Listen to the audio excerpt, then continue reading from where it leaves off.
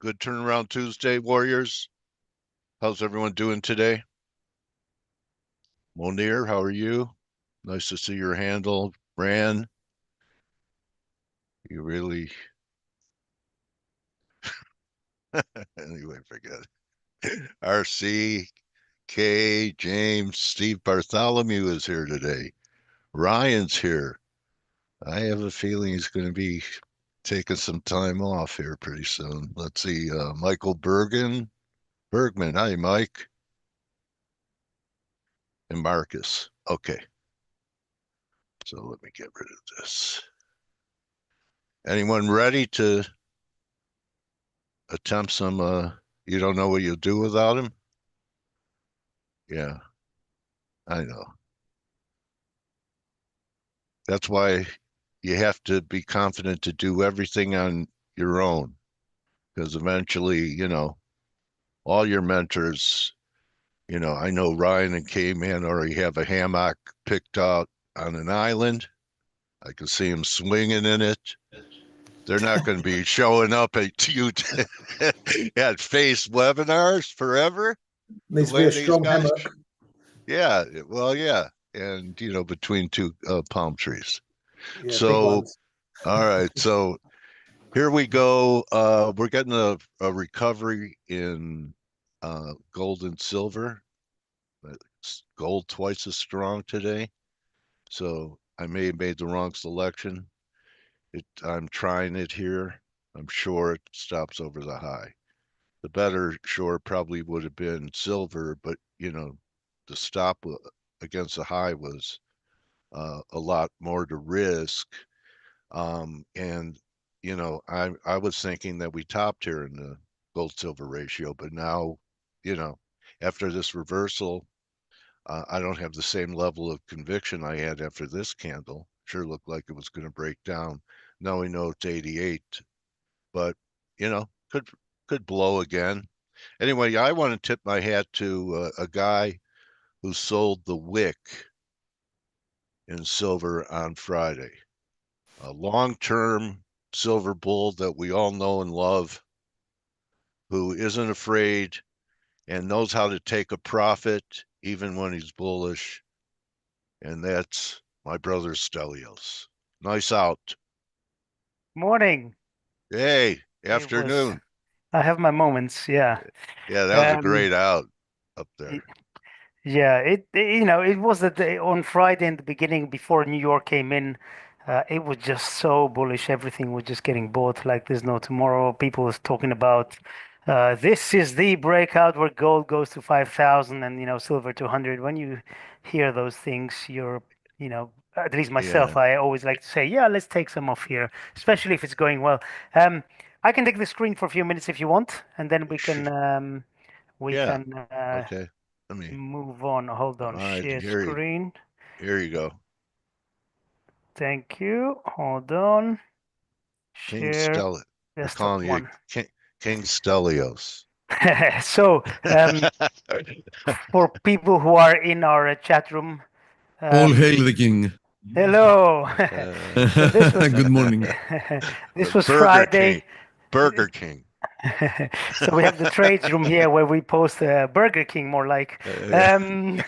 So I wrote here, look, I have people know I have a core long from 2310, which I'm really not touching. And then I had another from 2975, and I said, look, I'm getting out at 2033, 24. It wasn't the high, but this was a chart I was looking at. It was coming to resistance, and then close to the end of the day, I got long that position again at 30 to 42. So that was from 33.24 to 80. 32.42. That was a nice Yeah. nice daily swing. It was incredible what happened, to be honest. I mean, the selling Yeah. that we saw on Friday, and there was really no reason for it. No fundamental reason. It's just that New York and Friday. I actually wrote it on the chat room, and I said I'm taking off some longs here because you know what happens on Friday. It's smash precious metals day, and it's exactly what happened. I still am. Does it happen every Friday, bro? Not every Friday, but it's especially when it's been a strong week. Yeah. The weekly true close is important to some people, and they try to bring it down as much as they can. I know the Um, trader, one of our guests told me the name of that trader that does it. It was, anyway. where at the JP Morgan No, or something, or who? no. He's called Sammy Slammy, Oh, Sammy Salami. right? Isn't that who it is? Mr. Huh? Slammy. I don't know. Yeah, yeah. Um, anyway, I'm still bullish metals, and we wait to see if these highs get tested again in silver. But for now, we are back down from there. We're kind of trying to consolidate. Who knows how it's going to work out today, tomorrow. But my bias is still bullish, and I mean, gold is still as bullish as it gets, in my opinion.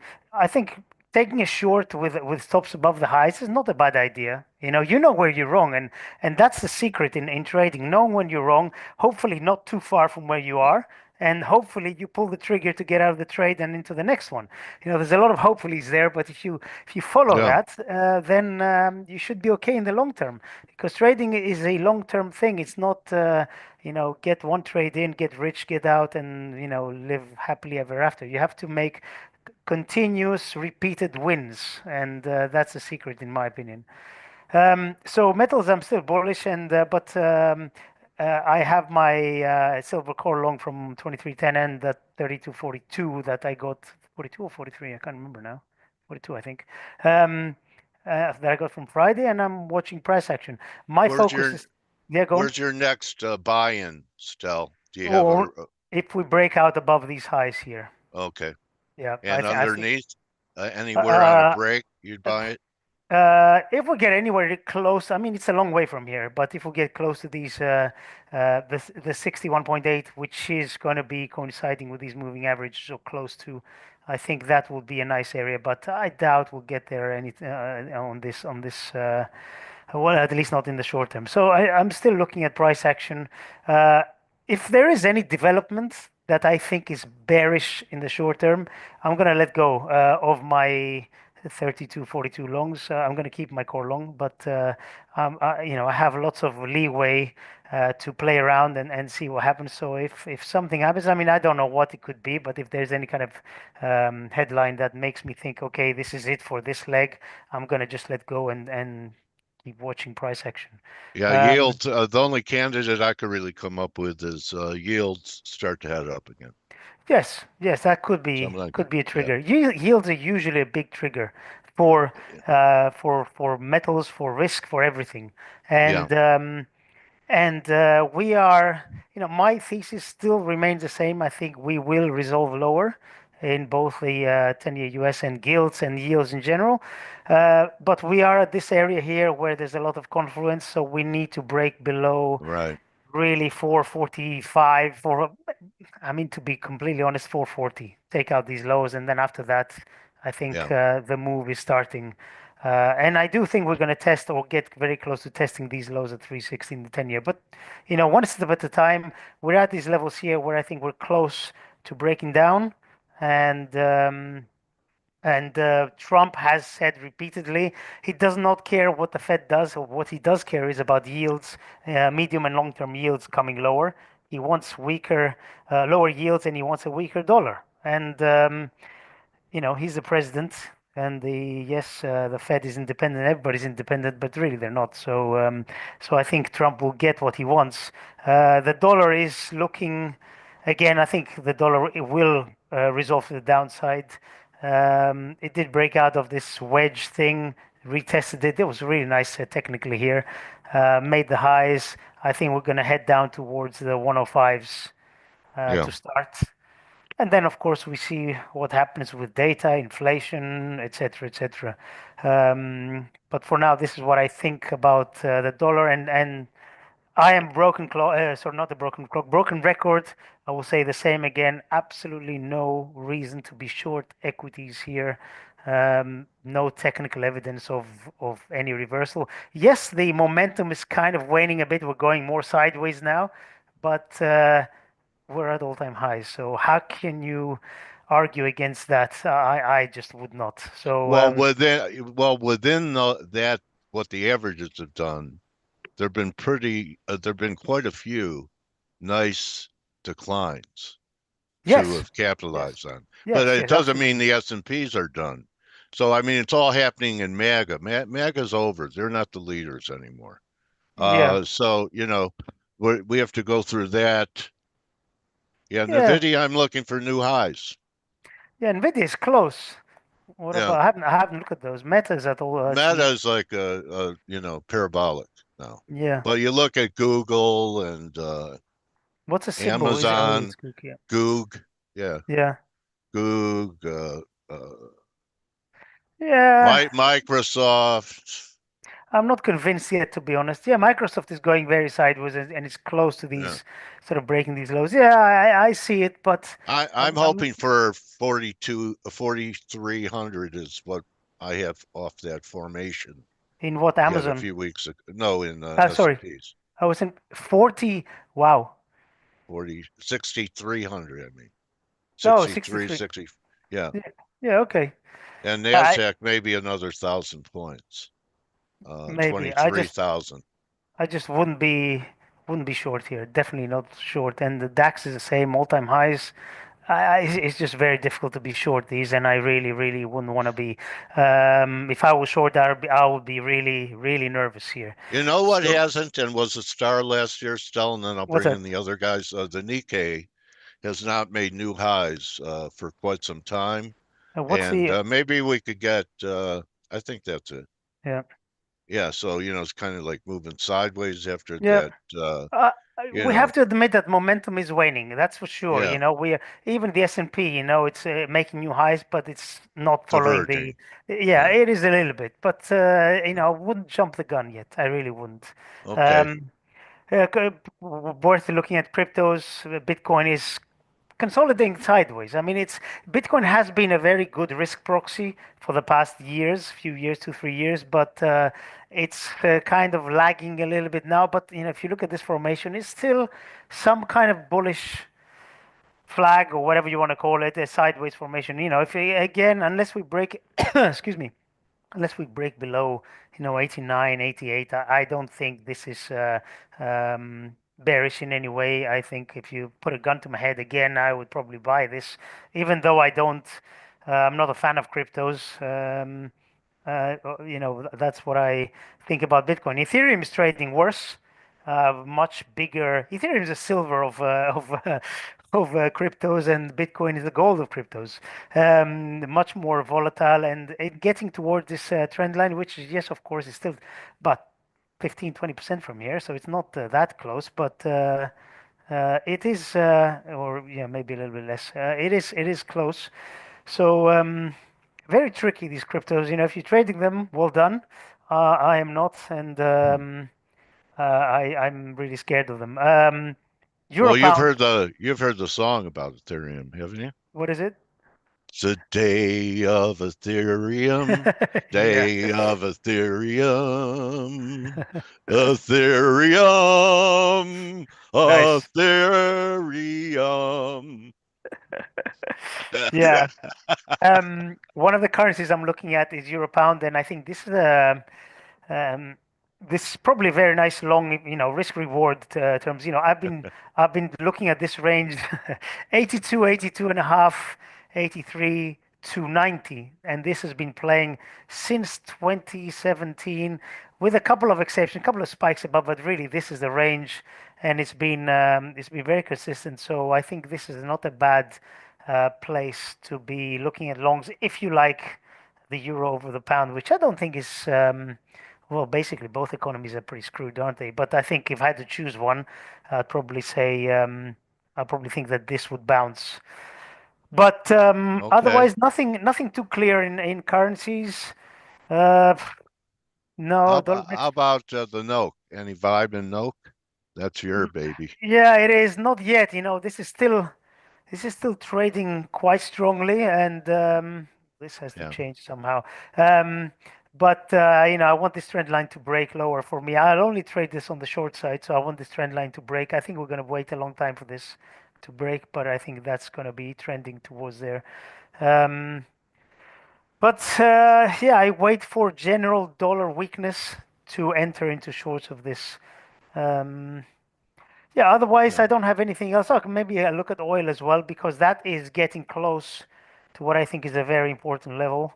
Drill, baby, drill. I Yeah. think that oil will test these lows Break and will down. probably break below. And this zone here, 62 to whatever 66, is very important. These lows here, if this gets broken, it's just complete trapdoor below. So this is something I'm looking at, and I'm looking to get short once we break below, but not quite yet. So not Okay, too many buddy. ideas at the moment, I'm afraid, but definitely lots of things to look at. Okay, well, thanks for your views. Thank you, my friend.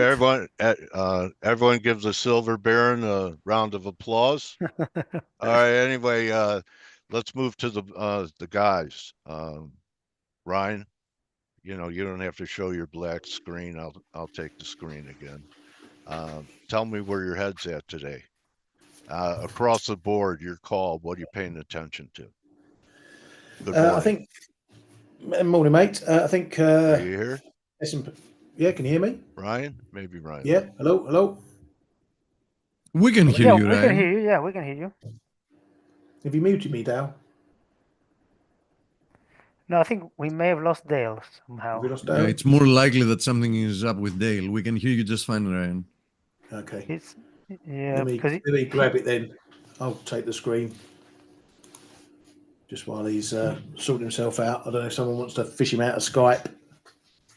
All right, here I am. I don't know Oh, how you're I back. got cut off. Yeah, but go ahead. I was just saying you could show your black screen, and Yeah, there you yeah. go. So anyway, all right. Yeah, what I was going to say is I'm keeping an eye on S&P among other things because futures are moving higher. But I want to see what the cash market does up at these highs. We've had this break above 61. I want to see whether we can open up above these highs, and then that'll probably mean stocks are off to the races again. Whether they're going to pick up on what's going on in the Russia-US talks thing. Looks to be like they're getting on all right in this first round of talks. So that's another positive step for risk at least. But yeah, we've got a few pairs. Obviously, we had the RBA last night, and they cut 25 as expected, but it was far from a dovish cut. Aussie dollar didn't really do an awful lot. Got a bit of resistance up here, 62, 70s, 80s. Just a little bit of a traffic zone up here that we ran into. We did pull back to this break point, 63.30s, pulled up short of that. So this is really your battleground now. You've got to take your cues from whichever way this one breaks, be it down or up. Aussie Kiwi, that took a bit of a rocket up after the RBA. So we're back up knocking around this 11.40-50 area. I have added a bit to my short up here. And I'll look to play it. Obviously, got the RBNZ coming up next. I might play it up to there. And I've just been looking at euro dollar because we're knocking in this zone. I think yesterday or Friday, I think, Dale, you said, do I think we're going to be breaking higher? And I didn't think we were off to the races just yet, not unless we're above 105.30. And here we are. We might be having a little bit of a breakdown, going back in the box, as it were. So Maybe the euro is concerned about the German elections and then tariffs from Trump. Yeah, it's possible, but it does look like the dollar's picking up a little bit just as you guys across come the back. board.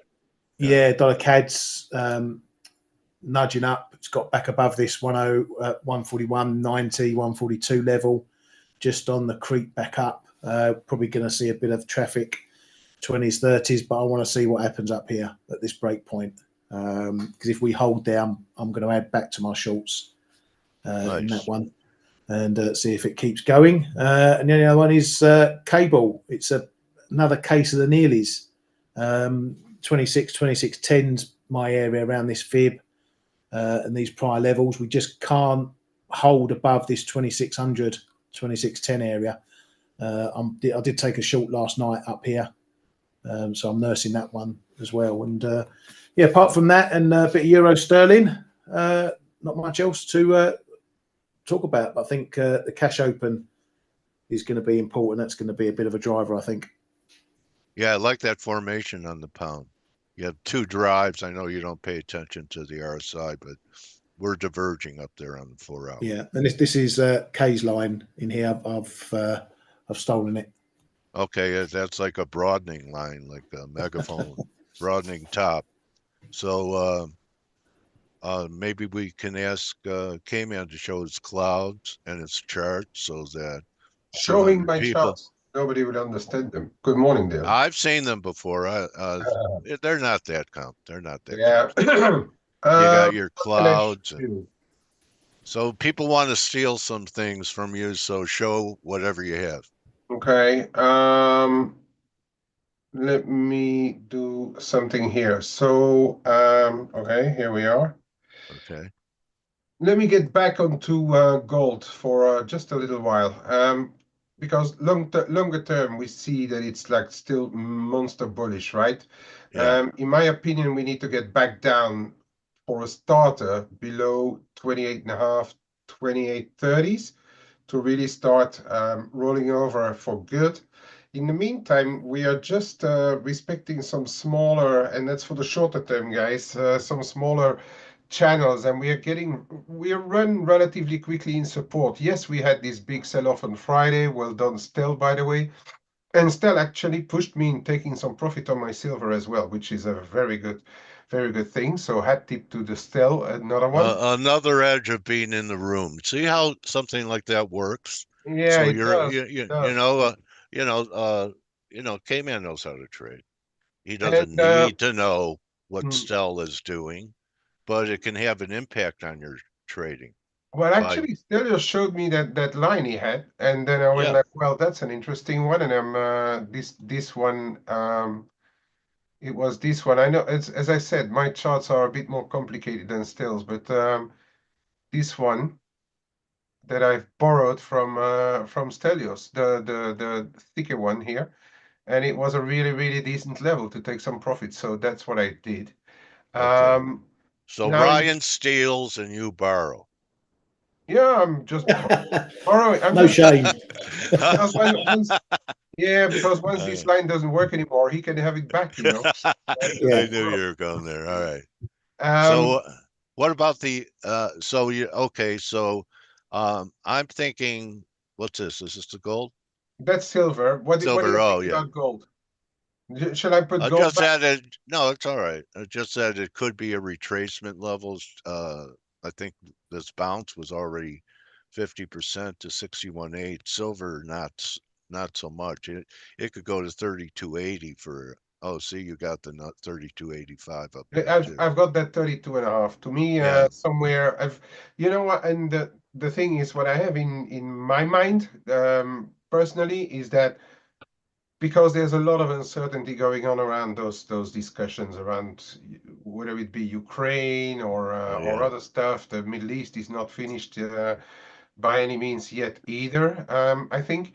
And I've got something in my mind because if you look back at where we stopped already former times in that silver, is that once we come out of everything, if we get solutions, yes or no, the 32.5 is going to be very important because it could be the gateway to get back up to 35, or the move that you are looking for is to get those deeper retracements into the high 20s again. That it may just be we are going to see those spikes up and down. Let's also not forget that silver is volatile, right? It's pretty volatile. One, if you take in percentages, those are 2, 3, 4% moves. So I mean, don't underestimate in percentage the volatility of silver. But I think somewhere once we come out of everything, it's going to be important whether we are above or below 32.5. That's that is somewhere my feeling about what the whole stories that are ongoing, left, right, and center. There's one we spoke about this morning with Ryan as well. And if you look at what's happening in Japan, if you look at the discussions that there are around tariffs, and if you look at the data in Japan, and then you look at the Japanese, like for instance, JGBs are slipping and sliding. it looks to me like we are going to have to find levels to lean into bounces perhaps right now, because there's also talks going on about restarting a long delayed LNG project in Alaska, which is also where the Japanese are involved as well. And we know that Japan still has to import energy for as long as all their nuclear plants are not back up running, which is something that will take years and years. But the outlook for Japan is seemingly a bit better. So I think that actually every time you see spikes, which could be dollar led, or investment into it. led, I guess they are going to be finding sellers for now, and I would not rule out that. And I'm going to take the cloud off to just make it a little more visible. That at one stage we get back down to those levels around here, around 148 and a bit. Is it going to be enough to go really deeper and go back to levels where we were around here in the 130? I don't know. Okay, I don't know right now, but I think in the shorter term, relatively shorter term, I think we are going to find resistance every time we bounce like 1% or so in the area, and that's roughly how I look at the yen right now. Very nice. What else? How about yields? You have a view on yields? I think we are. To me, it's around here. It's the 447. I know everybody's looking at 450, but give and take 2 BPs, that's not going to be too important. There's so much uncertainty still surrounding tariffs that I cannot, and I don't know that I don't think that anyone can foresee the next 15, 20 BPs. But to me, it's still, if I look at it as a whole of what we have done since even the pandemic and afterwards, to me the neutral level is around here. And I've been continuously saying it, that the neutral level for the tens or so is around 415, anywhere between 415 and 435, 440. So we are still trading potential tariffs, what it may bring regarding inflation and stuff. But so it's still too early to call the next 20, 25 BPs. But for me, what's going to happen in the longer run is that it's the higher the tariffs, the higher the bounce, but the bigger it can fall, because the coming out of it, or the result of all those tariffs, is going to be very negative growth. And I think then the growth will take over at one stage, and we are going to trade lower, but not before we know exactly what is going to go on. So for here and now, I'm relatively neutral on them. Okay, appreciate that. No problem. So, any Back over last to you, my friend. thoughts? Sorry? Any last thoughts from any of the crew? Okay. We've got Canada CPI coming up in a minute and a half. You wanted to take the screen and show it, and if someone can grab it, because I'm all right. I'm on the old posting. Okay. I'm on it, and let me pull up the dollar cat.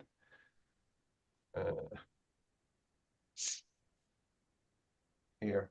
And by the way, JJ, if you're here, send me a message. I don't see you. I think topside in the dollar cat is anywhere between 142.5 and 142.70, quite important. But I don't know what the data are going to show us here. I'll shout them out if I see them. And the underside, if we get on a little tighter one, we're probably not too far either from underside. It's going to be low 141s if we break through 41.5. But until then,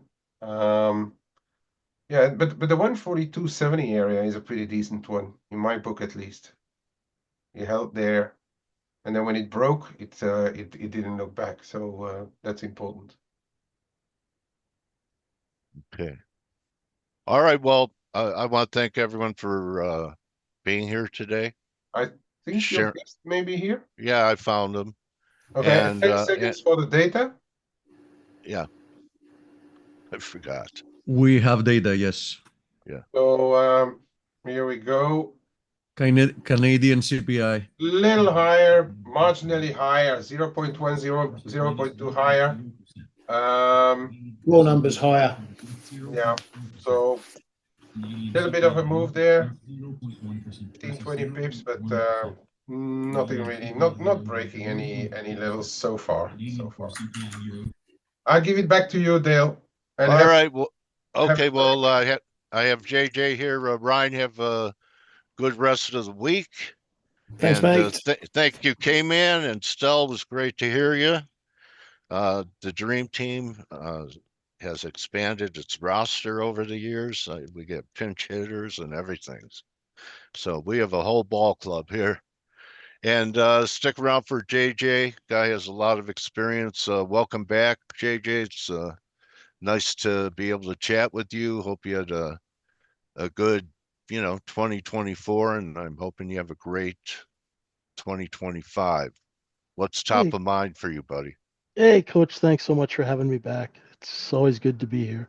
I always learn something when I come on with you guys because I'm not macro at all. I know none of that stuff. So it's I'm a pure inventory and order flow guy. So it's Okay, great well, to. let's go with is there any inventory above the S&P's all-time high? There's really not. He were in. I'm sharing my screen now Yeah, I see it. as we would say in the old penny stock days, there's really not much overhang, you know? Yeah, right. And when we talk about overhang, we talk about overhanging supply. And the reason I got that is I used to have to pay people to bring buying into a stock. So if I paid you to bring in 1 million shares and you brought in 1 million shares of buying between $5 and $6, when the stock breaks $5, what's the buying retention? What percentage of people did you bring in? They're actually going to hold, or how many people are going to flip out? So the futures market is pretty speculative these days. So Okay. I would think that a lot of the people who were long, back in December, Yeah. January, I mean, we beat the holy living crap out of them. Yeah, it was a great time for a bear raid. That was just a huge washing machine move, as Yeah. the great Art Cashin would say, that was, we just took the carpet out and beat all the dirt out of it. Yeah. And these big margin flushes, in speculative instruments like the futures, what they do is I call them the great margin robberies. They just I start like taking, that. they just start Yeah. taking everyone's lower swing stop, and then it's just cascading margin calls into wholesale hands. Well, the shorts come in and they finally get to cover. The poor shorts that we trapped down here a couple of months before, they get to cover. And then, but the problem is, it flushes out, and then the people who initiate at bad trade location, they're the ones who help fuel the move up when they go to cover. So, and these markets are so thin. Um, if you drop any kind of size, unless it's at the open or the close, you're going to really move price quite drastically. On which contracts? On the micros, on the bigs, on the minis, or on all on, of them? on the mini. I just trade the micro and the mini, Okay. and I'm not a huge order book guy, but you look at the order book and it's so thin.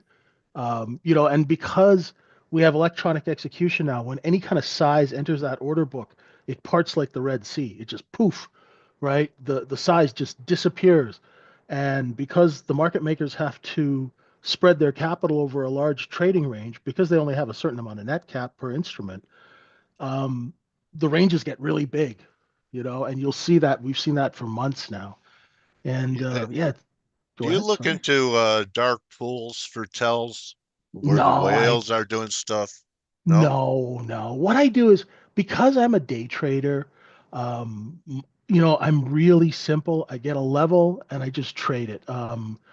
I do the same thing every day. I call it blue collar trading, where I just go and I have, the trade that I took this morning is real simple. When it goes from one color zone to another and then regains it, It's the look below and fail. So you go long a little bit here. First target is the top of the zone. Next target is the middle of the next one. So, you just take 3 to 5 contracts, and you're buying 52, 53. You put your stop underneath 52, 51. First target is 54. Second target's 56. You're in, you're out. You make a couple of points. And, you just make your daily bread every day. Could call it a day. Yeah, I don't trade for glory. If I want to make. So if you have one successful trade at the beginning of the day, because I knew floor traders, they just have a certain dollar amount that was their daily goal. Yeah. So you walk away after that? Pretty much, yeah. Unless I'm really have a business plan for that day. Because I'm working on taking a couple of companies public. I'm also teaching and I'm doing mentoring. So I don't trade full time. I have a couple of other revenue streams. So for me, trading is like, I make my 3 to 5 points on 3 to 5 contracts. And then I might scalp a little bit when I'm doing my sessions and I'm teaching people. But I'm a big believer in making a bit of cash and getting the hell out. And if I were to not be taking companies public and doing that kind of thing and consulting and spend more time, then I would be a bit more. I trade a bit longer time. Are they, considering your background in Vancouver, are they commodity related stocks that you're bringing No, public? sir, they are not. One is a defense company, and the other one is a company that does batteries for satellites. I've taken 200 public, from gold mines to, I've done everything. I've done so many public companies, about maybe 15 as the primary, and then the rest of them I've been the executing trader for the insiders. So, well, if you send me some free trading and restricted, I'll pump it on Twitter. Beautiful. Anyway, because that's why that's how you're doing it. You get paid with stock, right? Yeah. Oh, yeah. We get paid with stock, and that's what I said. If for me, if you wanted to make serious big money, how money is made in the market is by distributing paper, right? And you know, retail trading is what we do between the deals, because deals take long to happen. So this way you trade. This way you also don't have to make any stupid decisions when you're doing business, because you're not forced, because your daily bread is being covered by the income that you make for trading. Have the winds of change politically give you any kind of insight on how the markets may be? I mean, you're bringing up lack of liquidity. Is this an event that's happened over the past couple months because of volatility, and maybe people are just getting blown out? I think there's a lot of people getting blown out. And I also, we, believe it or not, we have, a gentleman in our room, just in our regular trading room, and he's at a fund that manages 4 billion, and they have a couple of ETFs, but he comes to me to learn how to day trade. And, he's saying that they're very, very cautious about putting money to work now, especially at these levels. And also, I think the political landscape, I'm not a political guy, I'm a Canadian, but man, I'd be nervous putting on size, because this gentleman, he comes out and says stuff, and those, unless you're dealing with a lot of money, like really, really deep pockets and a long time frame. Yeah. But for me, you know what? If you want to make $200-300 million, go find a decent company, take it public, take, 18 to 24 months, sell 200-300 million shares, between $2 and $8. That's a beautiful sweet spot. There's so much liquidity out there in those, in the under $20 range, and you're done. Yeah. I mean, that's how you make real money. And I am always been told to create and sell paper instead of buying someone else's. So that's why I really learn a lot from the macro guys, because our whole thing was, how do we get them to buy 100 million shares of this stuff? That's the side I come from, not from, is this a good investment for my clients?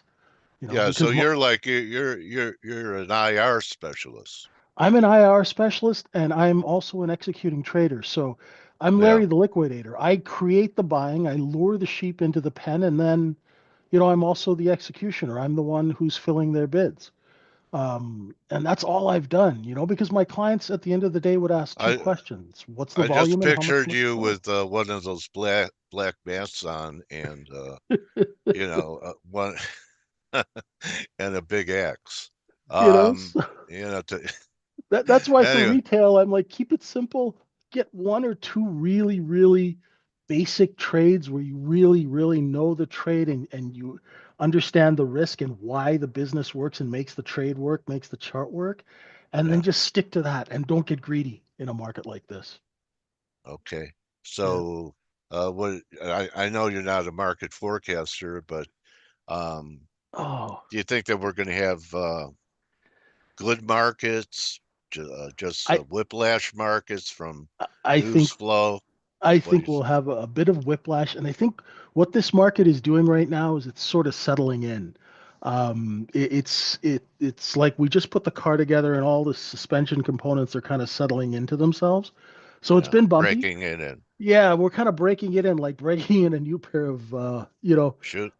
shoes, right? Yeah, yeah. And so we just got to be a little bit patient, and people hate being told to be patient. So let's just say, let's be smart about it. Let's be shrewd about it, and let the size traders and the size players, build out these charts so we can trade them. Okay. There's been dynamic moves in precious metals and Oh gosh, yeah. bonds have been crazy. So I know your Vancouver friends are going crazy.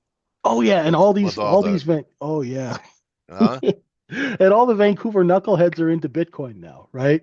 It was Oh, a okay. mining, that's how it works there. They're like, oh, what's hot? What do they want to buy? Oh, it's Bitcoin. Yeah. Okay, let's do Bitcoin. Because, all the mining companies became internet companies in 99 and 98.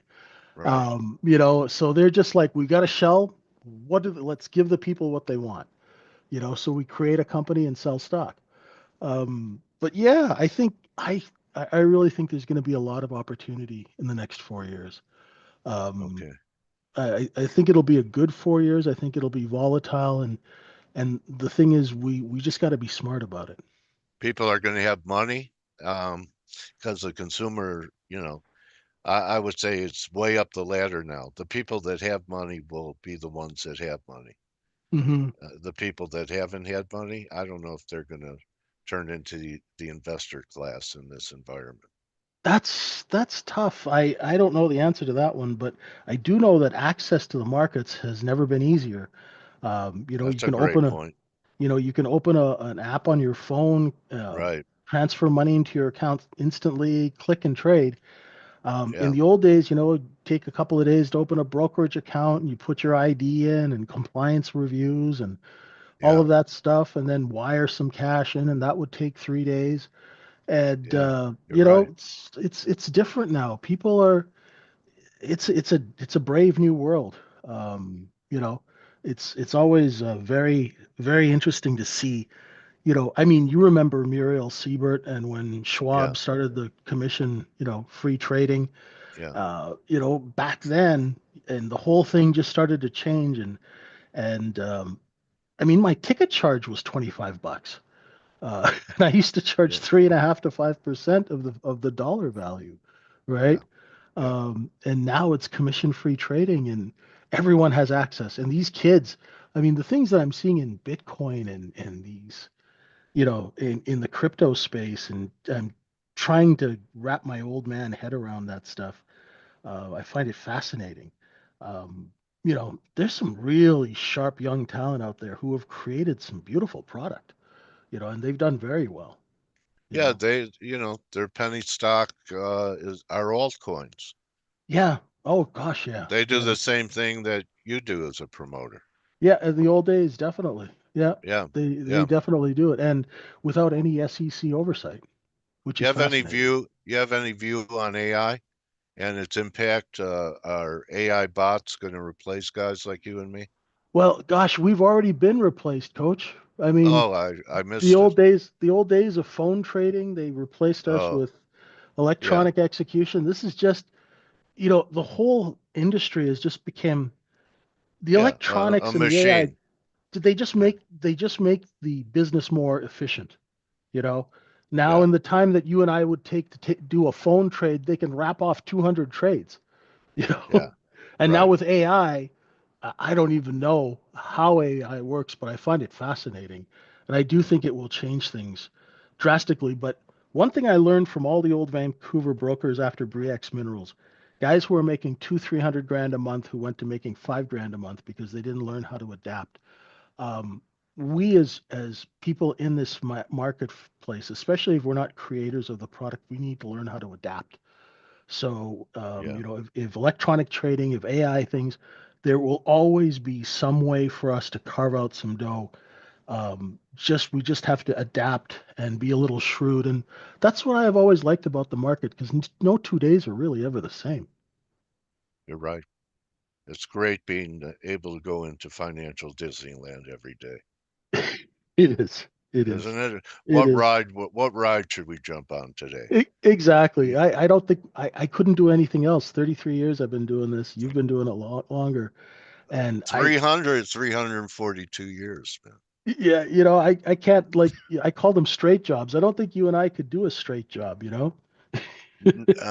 Only in a straitjacket. Exactly. Yeah.